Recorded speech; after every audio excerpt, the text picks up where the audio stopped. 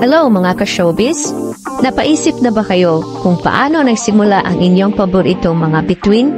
Mula sa pagbebenta ng isda sa kalsada hanggang sa pagtrabaho sa ibang bansa, pinatunayan ng mga Filipino celebrities na sa sipag at tiyaga, pwedeng magkatotoo ang mga pangarap. Tara, samahan niyo akong alamin ang kanilang nakaka-inspire na kwento. Kumuha ng popcorn at simulan na natin. Number 10. Richard Gomez. Si Richard Gomez ay nagtrabaho bilang janitor at waiter bago pumasok sa showbiz. Ang kanyang kagwapuhan at karisma ang nakaagaw ng pansin ng mga modeling scout. Kaya't hindi nagtagal ay pumasok siya sa mundo ng pag-arte. Si Richard ay naging isa sa pinakasikat na leading men sa Philippine cinema at ngayon ay isa na ring public servant bilang mayor ng Ormoc City.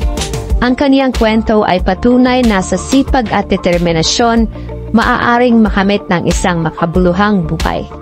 Number 9. Willie Revillame. Bago siya maging host ng sarili niyang pangapalabas, si Willie Revillame ay tumutugtog bilang drummer para sa mga lokal na banda at naging sidekick ng mga sikat na komedyan.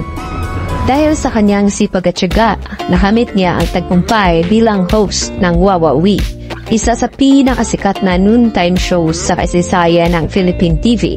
Ngayon, si Willie ay hindi lang host, kundi isa ring pilantropo na tumutulong sa mga nangangailangan sa pamamagitan ng kanyang mga palabas.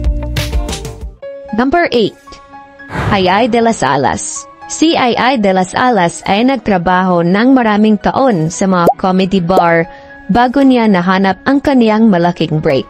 Ang kaniyang papel sa Ang Tanging Ina ang nagdala sa kanya sa kasikatan at nagbigay sa kanya ng titulong Comedy Queen.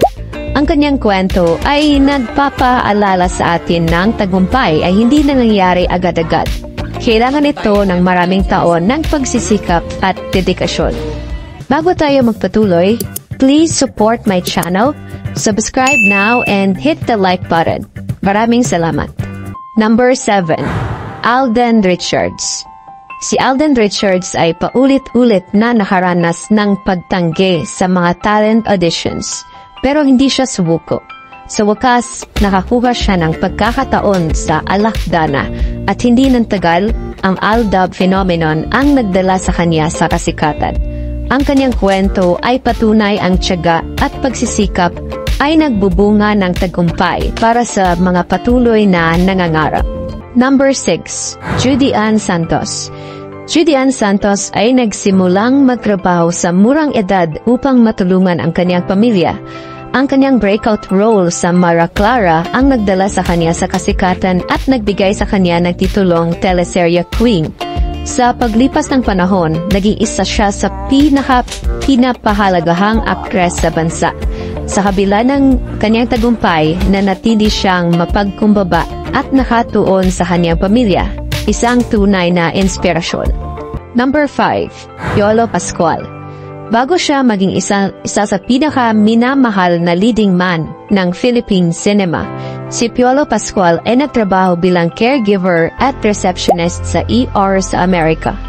Ang kanyang malaking break ay dumating nang bumalik siya sa Pilipinas at gumanap sa Tabing Ilog.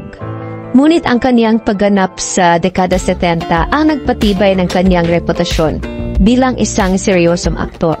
Ngayon si Piolo ay patunay ang mga pangarap ay maaaring matupad kahit saan ka magsimula.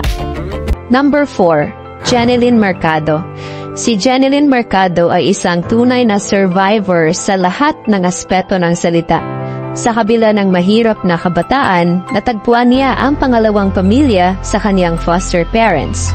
Pero tuluyang nagbago ang kanyang buhay nang sumali siya sa Starstruck at nanalo bilang ultimate female survivor. Mula sa isang batang may mabigat na nakaraan, naging isa siya sa pinapahalagahang aktres sa industriya. Hanggang ngayon, patuloy na nagbibigay inspirasyon si Jeneline sa kanyang lakas at talento. Number 3. Vice Ganda.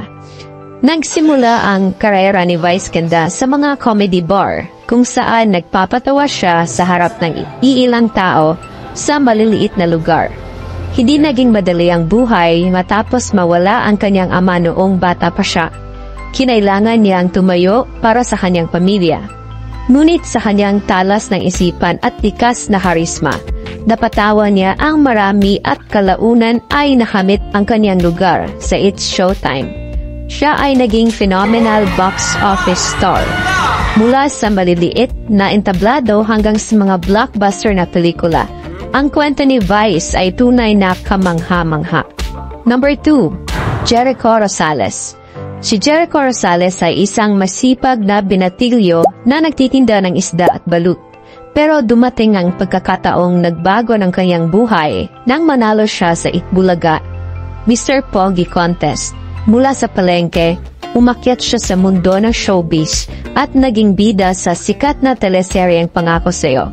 Hindi lang kagapuhan ang nagdala sa kanya sa tagumpay, ang kanyang determinasyon at talento ang nagbigay sa kanyang pangalan bilang isang ikonikong personalidad sa Philippine showbiz. Number 1, Coco Martin. Si Coco Martin na kilala ngayon bilang ang iconic na si Cardo Dalisay ay dating nagtrabaho bilang waiter sa Canada, nag-aasikaso ng mga mesa at pinggan. Pero alam mo ba na nagsimula siya sa mga indie films bago siya sumikat? Isa sa kanyang unang proyekto ay ang indie movie na Masahista, na nagdala sa kanya ng international recognition. Mula roon, unti-unti niyang nakamit ang puso ng mga manonood. Sino ang mag-aakala ng isang waiter ay magiging isa sa pinakakilalang mukha sa Philippine TV? Ang mga artistang ito ay nagpapaalala sa atin na walang pangarap ang masyadong mataas kung tayo ay magsisikap. Aling kwento ang pinaka nakakaantig sa inyong damdamin? Ibahagi ang inyong opinion sa mga komento. Huwag kalimutang i-like, i-share at mag-subscribe para sa mas marami pang nakaka-inspirasyong kwento. Hanggang sa susunod.